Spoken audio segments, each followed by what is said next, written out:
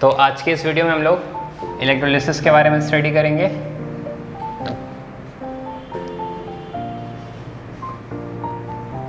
पहले ये जानो कि इलेक्ट्रोलिसिस क्या होता है। जैसे अगर यहाँ पर हम बात करें इलेक्ट्रो वर्ड का, तो इलेक्ट्रो वर्ड का मीनिंग होता है इलेक्ट्रिसिटी, ओके, और लिसिस का मतलब होता है सेपरेशन। तो हर एक चीज़ को हम बिजली मतलब डेट इज़ इलेक्ट्रिसिटी पास कराकर सेपरेट नहीं कर सकते। अगर मान लेते हैं कि आपके पास कोई केमिकल कंपाउंड है,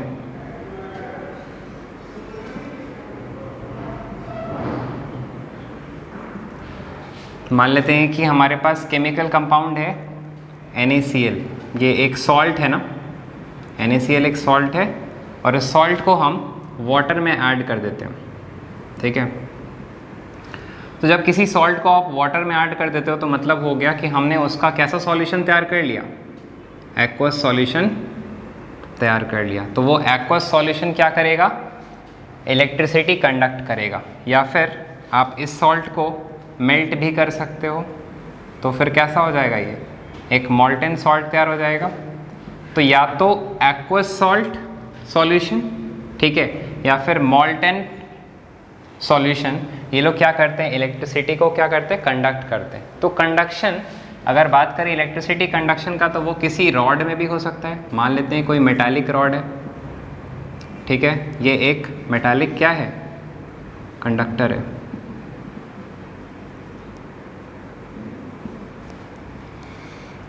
एल्यूमिनियम का बना हुआ है, तो एल्यूमिनियम का अगर कोई मेटालिक कंडक्टर है तो उसके पास बहुत सारे क्या होंगे, फ्री इलेक्ट्रॉन्स होंगे, ठीक है।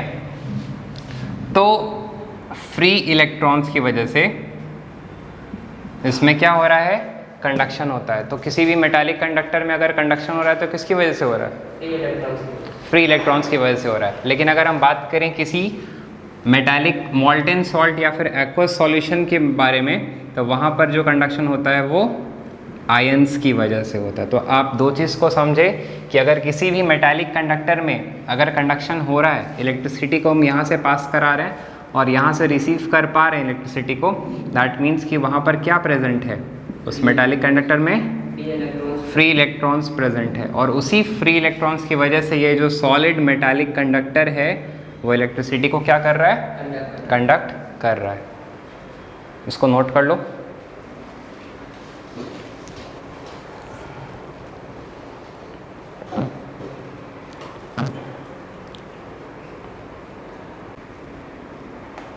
और एक चीज़ और यहाँ पे हम लोग मेंशन कर सकते हैं कि without undergoing any chemical change,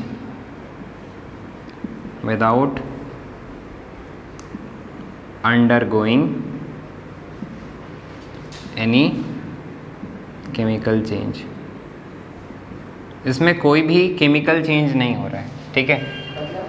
मतलब जब आप इसमें इलेक्ट्रिसिटी पास करा रहे हो तो इसके केमिकल कंपोजिशन में कोई बदलाव नहीं आ रहा। लेकिन अगर हम बात करें यहाँ पर मॉल्टेन सॉल्ट NaCl, तो फिर ये इलेक्ट्रिसिटी के प्रेजेंस में क्या हो रहा है, ये डिसोसिएट कर रहा होता है, ठीक है। हाँ, ये जो है Na+ और Cl-, और इसको अभी हम आगे पढ़ाएंगे कि एक कटायन है और ये हमारा क्या है, अनायन है। तो ये कटायन और अनायन ये लोग माइग्रेट करते हैं। माइग्रेट मतलब ये लोग मूव करते हैं किस, जिस कंटेनर में हम इलेक्ट्रिसिटी को पास करा रहे हैं।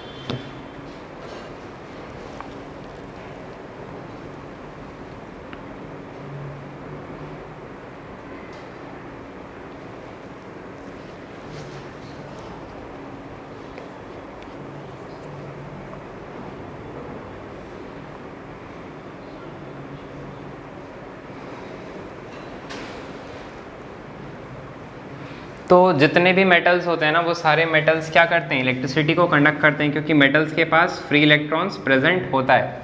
अगर बात करें नॉन मेटल्स का, ठीक है, अगर हम नॉन मेटल्स का बात करें तो नॉन मेटल्स में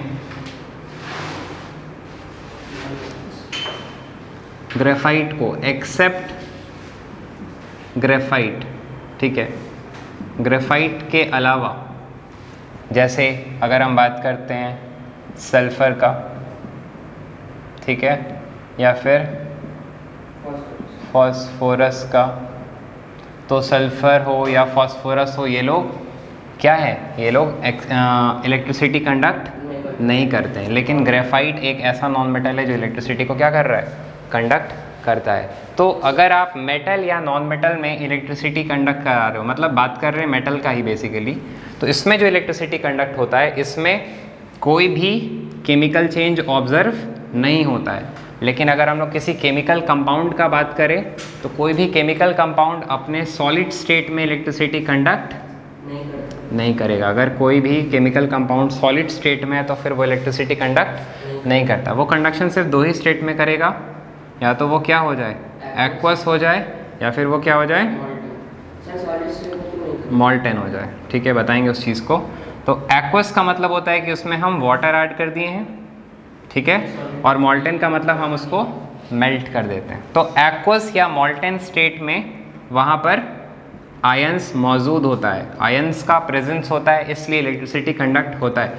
लेकिन अगर हम लोग बात करें सॉलिड का, तो जैसे NaCl, तो NaCl में यहाँ पर Na+ और Cl- ये इतना टाइटली एक दूसरे को हेल्ड कर रखा है, इतना स्ट्रांगली, कि ये आयंस मोबाइल नहीं है। मोबाइल का मतलब होता है फ्रीली मूवेबल नहीं है, ये मूव नहीं कर पा रहे हैं। ये दोनों हैं तो ज़रूर, मौजूद तो हैं, लेकिन एक दूसरे से क्या है, काफ़ी ज़्यादा टाइटली स्ट्रांगली अट्रैक्टेड हैं। तो ये दोनों के बीच का जो स्ट्रेंथ है उसको वीकेन करने के लिए हम यहाँ पर क्या ऐड कर रहे होते हैं, वाटर। और वाटर को ऐड करने से या फिर इसको मेल्ट कर देने से ये क्या होने लगता है, ये लोग मूव करने लगते हैं अपार्ट, और फिर आयंस अवेलेबल हो जाता है, और फिर हम बोल सकते हैं कि यस दे कंडक्ट इलेक्ट्रिसिटी। तो जो सॉलिड मेटल्स हो या नॉन मेटल्स हो, जो भी, अगर इलेक्ट्रिसिटी वो कंडक्ट नहीं कर पा रहा है तो उसको हम लोग इंसुलेटर के नाम से जानते हैं। तो इंसुलेटर्स क्या होते हैं, जो इलेक्ट्रिसिटी कंडक्ट नहीं करते हैं। डेली लाइफ में हर एक चीज़ का यूज़ है, कहीं पर हमें इंसुलेटर की भी ज़रूरत पड़ती है, ठीक है। जैसे अगर मान लेते हैं कि कोई इलेक्ट्रॉनिक गैजेट है तो उसका कवरिंग जो हम देंगे वो इंसुलेटर होना चाहिए ना, अदरवाइज़ उस बॉडी में भी करंट आ जाएगा, ठीक है। तो इस चीज़ को आप नोट डाउन कर लो। यहाँ पे आप इसको ऐड कर लेना कि ये जो कंडक्शन बाय मेटालिक कंडक्टर्स होते हैं ना, ये एक फिज़िकल प्रोसेस कहलाता है, ठीक है। ये एक फिज़िकल प्रोसेस है। लेकिन अगर केमिकल कंपाउंड्स में लोग इलेक्ट्रिसिटी को पास करा रहे हैं तो यहाँ पर हम लिखेंगे कि ये एक केमिकल चेंज है, ठीक है। ये एक केमिकल चेंज है और ये एक फिज़िकल प्रोसेस है। अब हम कुछ चीज़ और बताते हैं कि इलेक्ट्रोलिसिस बेसिकली क्या होता है, ठीक है। तो इसको हम रब कर रहे हैं। तो जानो इलेक्ट्रोलिसिस क्या होता है। इलेक्ट्रोलिसिस को डिफाइन किया है बुक में आपके, process of decomposition of a chemical compound. किसी भी केमिकल कंपाउंड का डिकम्पोजिशन करा देना, कब, इन एक्वस, और हम शॉर्ट में AQ लिख रहे हैं, मॉल्टेन स्टेट, ठीक है। या तो उसका मॉल्टेन स्टेट लेंगे या फिर उसको हम लोग वाटर में ऐड करके उसका एक्वस सॉल्यूशन तैयार करेंगे, accompanied by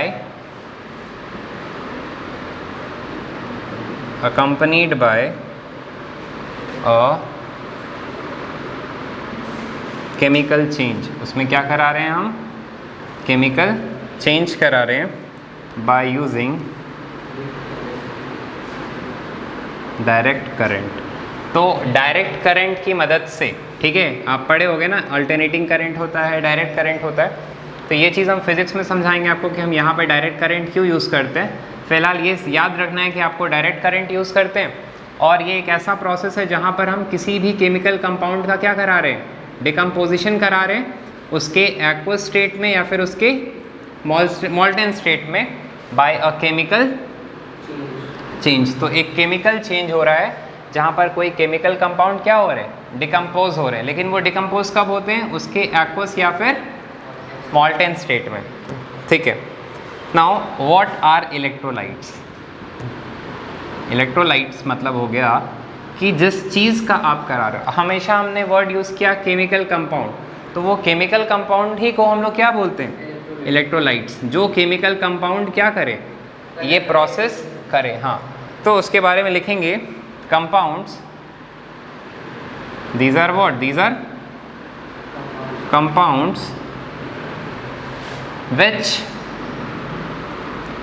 ईदर मीन्स या तो वो एक्वस सॉल्यूशन बनेगा, ठीक है, या फिर क्या हो सकता है, मॉल्टन स्टेट ना, और इन मॉल्टन स्टेट। हाँ, तो या तो वो एक्वस सॉल्यूशन के फॉर्म में होगा या फिर वो एक मॉल्टन स्टेट के फॉर्म में होगा, and allows electricity to pass through it, ठीक है। उसके द्वारा हम अगर इलेक्ट्रिसिटी को कंडक्ट कर पा रहे तो फिर वो क्या कहलाता है, हमारा इलेक्ट्रोलाइट्स कहलाता है। तो इलेक्ट्रोलाइट्स में क्या क्या आ सकते हैं? इलेक्ट्रोलाइट्स में आ सकता है हमारा मॉल्टन सॉल्ट्स, और यू कैन से कि सॉल्ट का सॉल्यूशन होता है, सॉल्ट सॉल्यूशन इन वाटर, जिसको सिंपली हम लोग क्या बोलते हैं, एक्वस ना। हाँ, तो या तो आप बोलो कि सॉल्ट सॉल्यूशन इन वाटर है, या फिर बोलो कि वो क्या है, एक्वस है, तो उसको हम लोग मॉल्टन सॉल्ट बोलते हैं। या फिर आप लिख सकते हो कि हमारा इलेक्ट्रोलाइट क्या हो सकता है, solution of acids and alkalis, ठीक है। अब आपका कंफ्यूजन होगा कि ये एसिड्स एंड बेसिस क्यों नहीं बोलता है, यहाँ पर एल्कली क्यों लिखता है?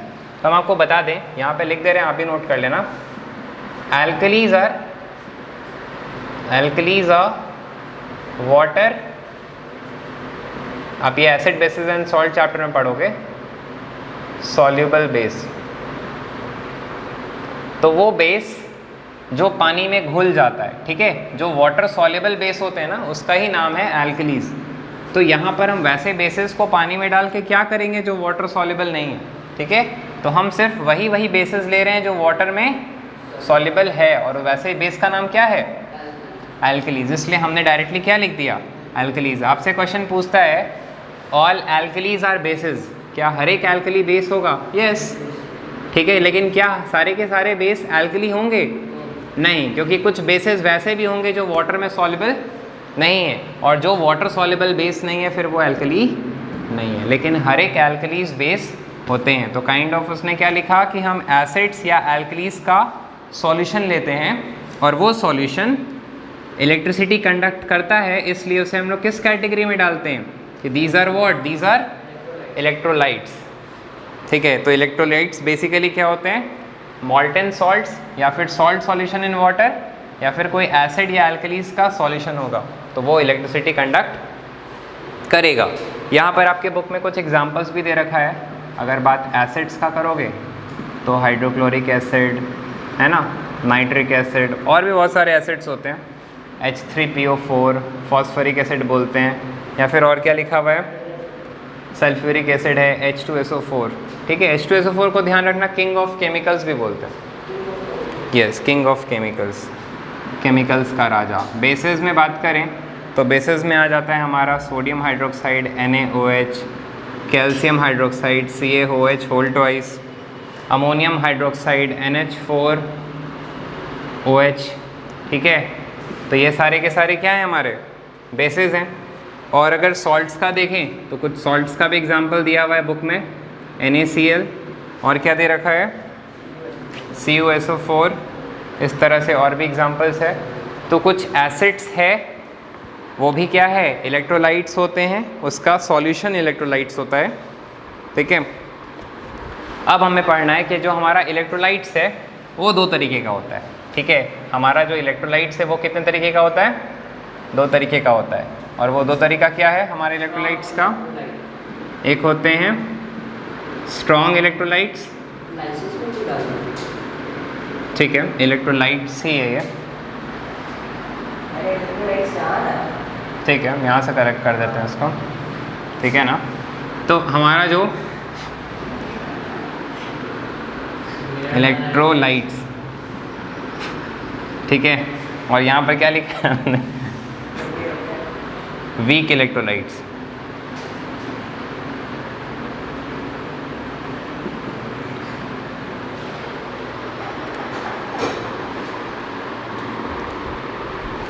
तो स्ट्रॉन्ग इलेक्ट्रोलाइट्स उसको बोलते हैं जो मतलब बहुत ज़्यादा डिसोसिएट कर जाए। इसको अगर हम इसमें वाटर ऐड कर रहे हैं, इसको मेल्ट कर रहे हैं, तो ये ज़्यादा अमाउंट में डिसोसिएट कर रहा है, और ये जो वीक इलेक्ट्रोलाइट होता है ये उतना ज़्यादा मात्रा में डिसोसिएट नहीं करता है। तो इस चीज़ को हम बताते हैं, पहले आप pause the video to note it down.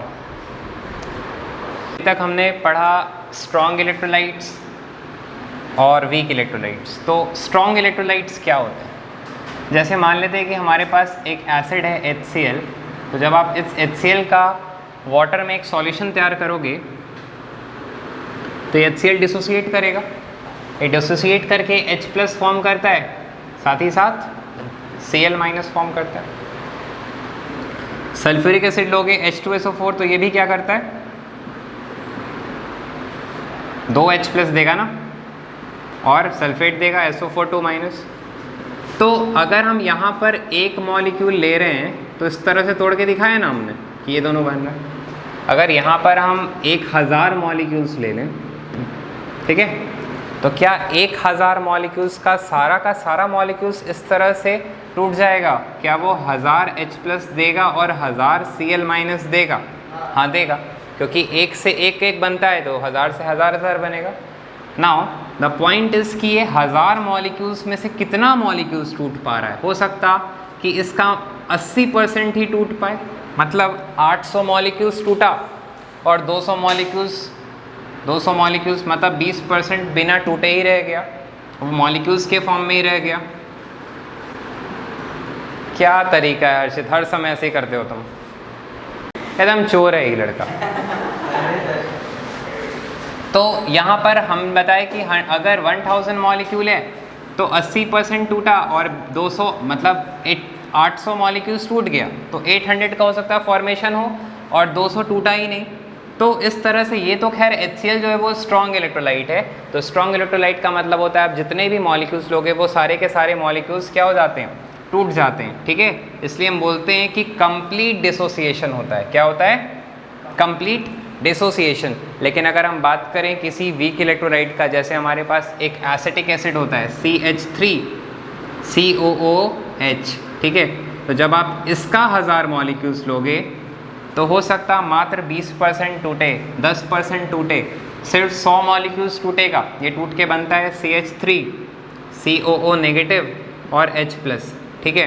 तो हो सकता है इस 1000 में से कुछ टूटे और कुछ, मतलब यहाँ पर 1000 है तो 1000 में से 100 मॉलिक्यूल्स टूटा और 900 मॉलिक्यूल्स बिना टूटे रह गया। तो अगर ये टूटा नहीं तो इधर 900 मॉलिक्यूल्स है ना, और आयंस कितने हैं, 100 है ना।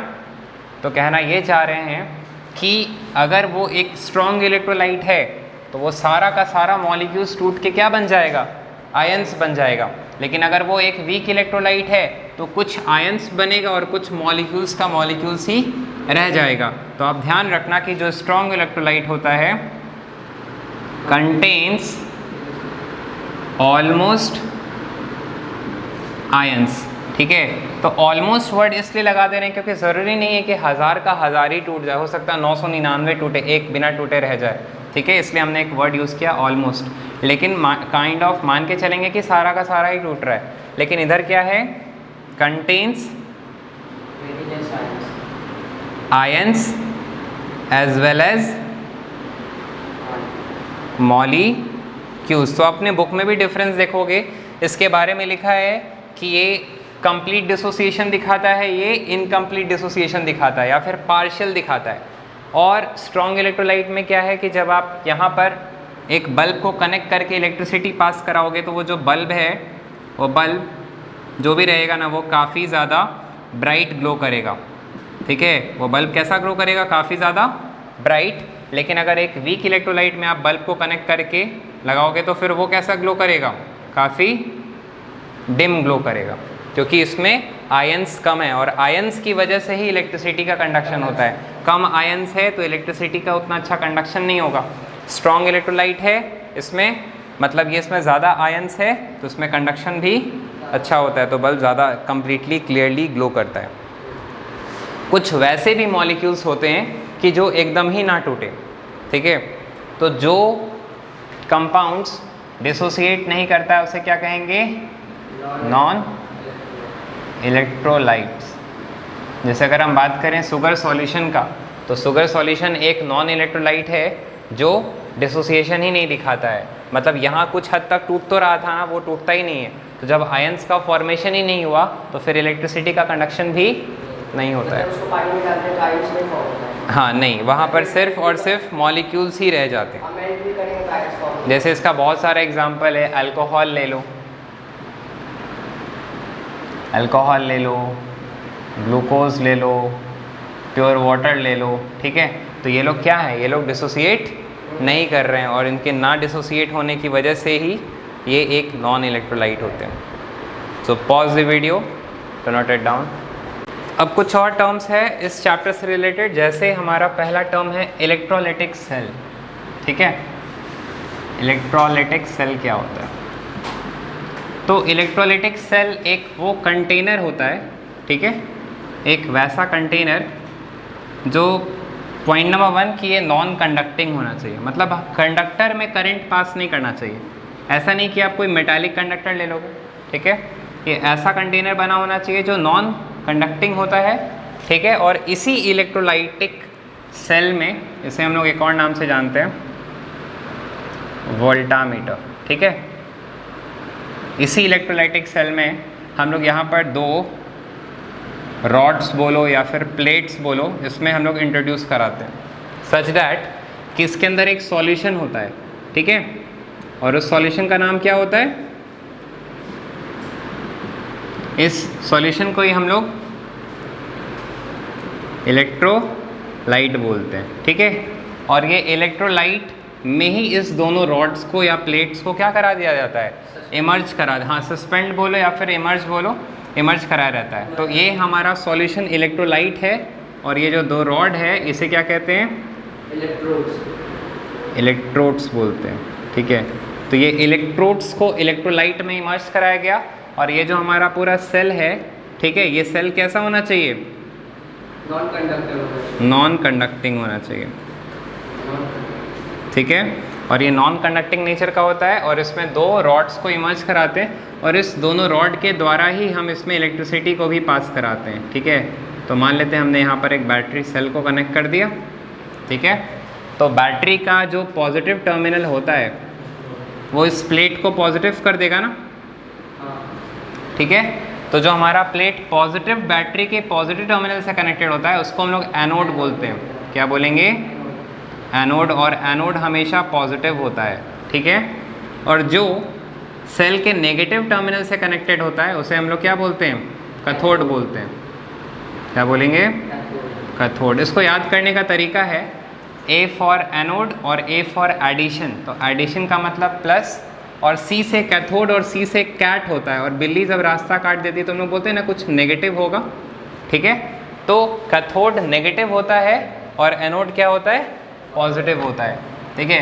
तो ये एक एनोड है, दूसरा हमारा कैथोड है और ये हमारा क्या है? पूरा इलेक्ट्रोलाइट सॉल्यूशन है। इसमें क्या है? हमारा इलेक्ट्रोलाइट, जो या तो एक्वस होगा या फिर वो क्या होगा?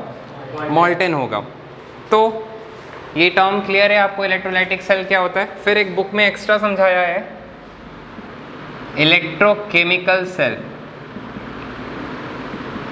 तो इलेक्ट्रोकेमिकल सेल में हम लोग को एक्सटर्नल एनर्जी देने की ज़रूरत नहीं पड़ती। जैसे यहाँ पर हमने इलेक्ट्रिसिटी खुद से प्रोवाइड कर रहे हैं ना, लेकिन ये हमारा जो इलेक्ट्रोलाइटिक सेल होता है ये नॉर्मल बैटरी होता है, रिचार्जेबल बैटरी जो आप यूज़ करते हो। इसमें केमिकल एनर्जी स्टोर होता है, ठीक है। क्या स्टोर होता है? Chemical energy. और वही किस में कन्वर्ट हो रहा होता है? इलेक्ट्रिकल एनर्जी में कन्वर्ट हो रहा होता है, ठीक है। इसमें कोई एक्सटर्नल एनर्जी बैटरी लगाने की ज़रूरत नहीं है। इसमें इलेक्ट्रिकल एनर्जी का प्रोडक्शन हो रहा है और इसमें हम लोग इलेक्ट्रिसिटी के प्रेजेंस में केमिकल चेंज कंडक्ट कर रहे हैं। क्या कर रहे हैं? यहाँ पर लिख सकते हो आप इलेक्ट्रिकल से केमिकल चेंज होता है, और यहाँ पर केमिकल से इलेक्ट्रिकल होता है। तो ये दो डिफरेंस है हमारा इलेक्ट्रोलिटिक सेल में और इलेक्ट्रोकेमिकल सेल में। तो इसका कुछ एग्जांपल्स मेंशन्ड है, जैसे सिंपल वोल्टाइक सेल होता है, फिर दूसरा हमारा होता है डैनियल सेल, ठीक है। तो ये सारे क्या है हमारे, ये इलेक्ट्रोकेमिकल सेल है। तो इस चीज़ को हम लोग क्लास 12th केमिस्ट्री में पढ़ते हैं। और ये सारा चीज़ जो है इलेक्ट्रोलिटिक सेल, यहाँ पर हम लोग किसी भी केमिकल कंपाउंड में कैसा चेंज ला रहे हैं, केमिकल चेंज ला रहे हैं। तो इस चीज़ को हम लोग को क्लास 10th में पढ़ना है। आपको पता चल गया एनोड वो है जो बैटरी के पॉजिटिव टर्मिनल से कनेक्टेड है, कैथोड वो होता है जो बैटरी के नेगेटिव टर्मिनल से कनेक्टेड होता है, ठीक है। और फिर और भी लॉजिक हम पढ़ेंगे धीरे धीरे। एक होता है एन ऑक्स, ठीक है, मतलब आप देखोगे कि एनोड पर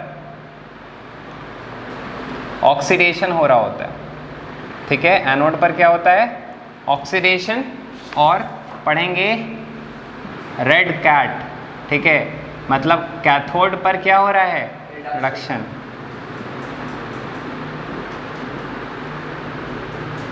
तो एनोड पर ऑक्सीडेशन होता है और कैथोड पर रिडक्शन हो रहा होता है।